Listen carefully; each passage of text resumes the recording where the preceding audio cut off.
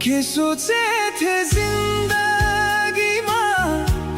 के भयो आज एकाएक आँधी चल्यो दिउँसै पर्यो रात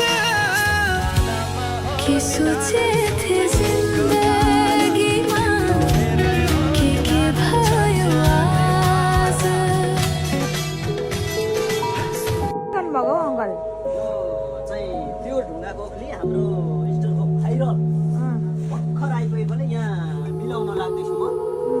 र यो ठुल्ठुलो छ ठुलो चाहिँ यता साइडमा मिलाउँदैछु छेउमा यो ठुल्ठुलो साइड चाहिँ पिठो बनाउनको लागि स्पेसल या धेरै धेरै अचारहरू बनाउनको लागि हो यो अब यसमा अलिक सानो मिडियम साइज छ यो मिडियम साइज पनि भर्खरै आज रिस्टक भएको भर्खर आएको धेरै दिन पछाडि है यो मिलाउँदैछु म यस्तै मैले धेरै अगाडिदेखि बेच्दै आएको छु राम्रो राम्रो आएछ त राम्रो राम्रो सानो सानो चिटिक्क परेको यस्तो हेर्नु ए तोङमा पनि फेरि रिस्टक भइसकेको छ त तोङबा अनि सानो चिटिक्क परेको पनि छ यी कस्तो राम्रो सानो सानो चाहिनेहरूलाई या विदेश लानेहरूलाई हल्का खालको त्यो खालको पनि आएको छ यसपालि चाहिँ राम्रो राम्रो आएको छ टिक्क चिटिक्क परेको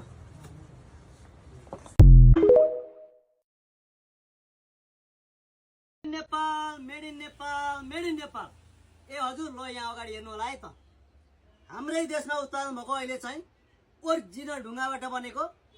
आकार आकार मोडल मोडल डिजाइन डिजाइन हजुरहरूको माग र अर्डर अनुसारका यो हाम्रो रहरले बनाएको होइन के आयो त भन्दा सिलौटा देखिराख्नु भएको छ मैले धेरै भनिरहनु पर्न ल हेर्नु होला नाउ जस्तो पाना जस्तो कस्तो पाना जस्तो यहाँ हेर्नु होला कस्तो आकार छ कि नाउ जस्तो र सिम्पल डिजाइनमा पनि छ है यस्तो हजुरहरूले खोज्नुहुन्थ्यो नि कति चाहियो अब हेर्नु होला वरिपरि न किरकिर आउने न लेदो आउने न किरिकिरी आउने केही आउँदैन है मजाले अचार पिसेर मजाले खानुहोस् यसरी चलाउनुहोस् र टक्क राख्नुहोस् डिजाइन डिजाइन छ ल हेर्नु होला पिस्ने पनि कस्तो आकर्षक यो हजुरहरूले माग अनुसारै बनाएको छौँ राउन्डिङमा पनि छ यी सबै छ है यहाँ हेर्नु होला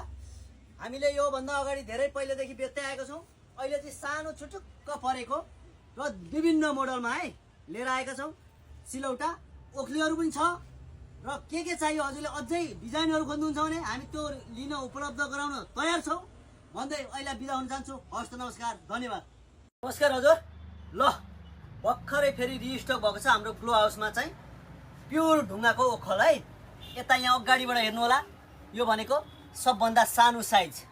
अब त्यस पछाडि यता हेर्नु होला दोस्रो लाइनमा मिडियम साइज